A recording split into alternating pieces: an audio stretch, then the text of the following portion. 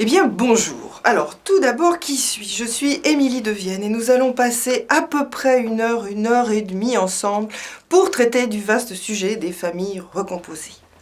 Alors, pourquoi moi avec vous pour ce sujet-là? Pour deux raisons. Première raison, à titre personnel, mon histoire de vie a fait que d'une part, mes parents ont divorcé et mon père a refait sa vie, j'ai donc eu une belle-mère. Et d'autre part, à mon tour, je me suis mariée, j'ai divorcé, je me suis remariée et je suis devenue moi-même belle-mère de deux belles-filles. Nous verrons tout à l'heure les raisons de ces appellations, parce qu'il y a les belles-filles, il y a les beaux-fils, et il y a même les quasi-frères et les quasi-sœurs, vous allez voir, c'est très complexe. Donc voilà la première raison pour laquelle je m'adresse à vous maintenant. Deuxième raison, j'ai écrit un livre sur ce sujet et c'est à partir de ce livre également que j'ai monté et proposé avec WeLearn cette formation. Quel va être notre objectif? Notre objectif, il est de vous donner des chances pour que ça marche. Parce qu'il faut quand même se l'avouer, au début c'est drôle, au début tout le monde veut y croire, et puis force est quand même de revenir à un principe de réalité. La famille recomposée, ça n'est pas si simple. Donc je vous l'ai dit en introduction, la famille recomposée c'est très complexe. Pourquoi? Déjà une famille normale, si tant est que ça existe, vous savez très bien que c'est déjà pas simple. Mais une famille recomposée, ça va être beaucoup plus compliqué parce qu'il y a beaucoup d'autres paramètres qu'il va falloir prendre en compte. Déjà, de quoi parle-t-on? Il faut savoir que depuis une dizaine d'années, le nombre de familles recomposées augmente à peu près de 10% par an. C'est donc considérable. On considère par ailleurs que quand il y a recomposition, c'est toujours plus rapide pour ces messieurs que pour nous, les femmes, et très souvent parce que c'est nous qui avons la garde des enfants. Donc les statistiques tentent à montrer que ces messieurs vont recomposer une famille plus rapidement que nous.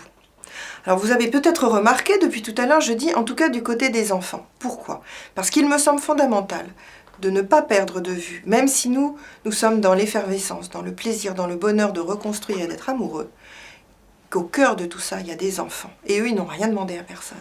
Donc, de la même manière que quand il y a divorce, le législateur et les parents, en principe, doivent organiser leurs réflexions en fonction de l'intérêt de l'enfant, il me semble vraiment important que ce soit la même chose quand on recompose une famille.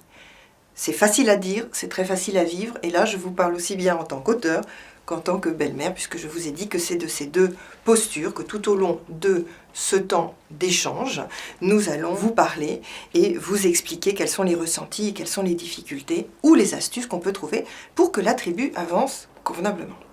Il faut également, si possible, agir avec tact. Autrement dit, éviter de bondir au premier détail irritant qui vous tombe sous la main. Exemple.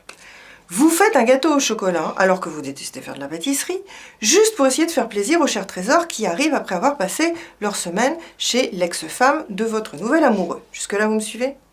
Donc, le gâteau au chocolat arrive, vous, c'est un effort colossal. Et un des chers trésors trouve habile de dire « il est moins bon que celui de maman ». Là, il y a deux solutions. Ou vous partez en live et ça va pourrir complètement la soirée, ou vous essayez de trouver une phrase courtoise, du style « certainement que le gâteau de maman est très bon, mais en tout cas, moi j'ai fait celui-là pour te faire plaisir. » Voilà.